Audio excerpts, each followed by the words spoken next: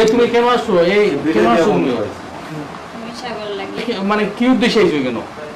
আমি তার কাছে কাম করে তো কেমনে থাকবো? বিয়ে না করে টাকা দিবনি? সমস্যা না আলাদা। হ্যাঁ, এটা তো সুযোগ নাই। আমাদের দেশে তো একটা নিয়ম কানুন আছে, আইন কানুন আছে। তোমরা তো ইচ্ছা মতো কিছু করতে পারো না। তোমরা তো এখনো অপ্রাপ্ত বয়স্ক, দুইজনই তো অপ্রাপ্ত বয়স্ক।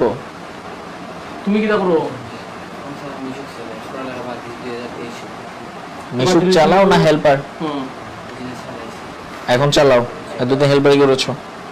পড়ালেখা কতক্ষণ করছো? এই কিন্তু তুমি জানো না, এই বয়স হইবার আগে যে বিয়ে করা যেত না। ছেলের বয়স কত হইতো বোঝায়? আমি আর বয়স তুমি এটা জানো না? তোমার 15 দিন রাখছেন, যার লগে বিয়ে করতা তার বাড়ি 15 দিন নিয়ে রাখছেন। আমি রয়েছি বা করে আইছি।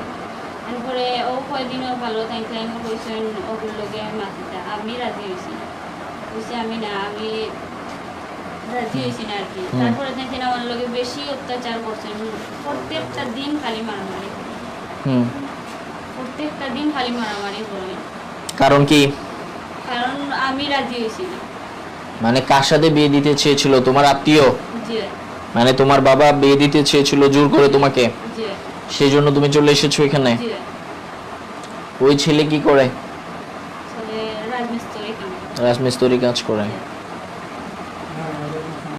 সংবাদের ভিত্তিতে এই অভিযানটা পরিচালনা করেছি এবং আমাদের সাথে বিয়ানীবাজার থানার সম্মানিত অফিসার ইনচার্জ মহোদয়, পুরারবাজার ইউনিয়নের সম্মানিত চেয়ারম্যান এবং এই ওয়ার্ডের সম্মানিত মেম্বার সাহেব রয়েছে। আমরা ছেলের বাবা মা এবং মেয়ের বাবা মা সকলের সাথে আলাপ করেছি এবং বাল্যবিবাহর কোনো ঘটনা ঘটেনি। মেয়ে প্রেমের টানে ছেলের বাসায় চলে এসেছে। পরবর্তীতে আমরা মেয়ের পিতাকে আনাই এবং একটা আলোচনার মাধ্যমে আমরা একটা সমাধান হয়েছে। মেয়ে তার পিতামাতার কাছে ফেরত যাবে এবং আমরা ছেলের বাবা এবং মেয়ের বাবার কাছ থেকে মুচলেকা নিয়েছি ভবিষ্যতে তারা যেন কোনো ধরনের বাল্যবিবাহের কোনো কার্যক্রম বা কোনো সিদ্ধান্ত গ্রহণ না করে।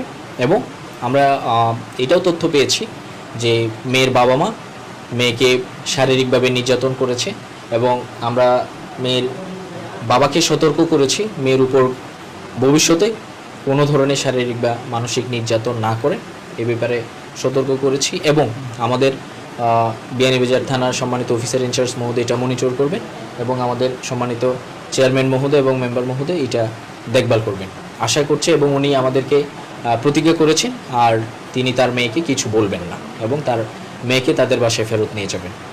এই জন্য আমরা আর মোবাইল কোর্টের কোনো জরিমানা করিনি, কারণ তাদের আর্থিক অবস্থা বিবেচনা করে আমরা কোনো আর্থিক জরিমানার দিকে যাইনি।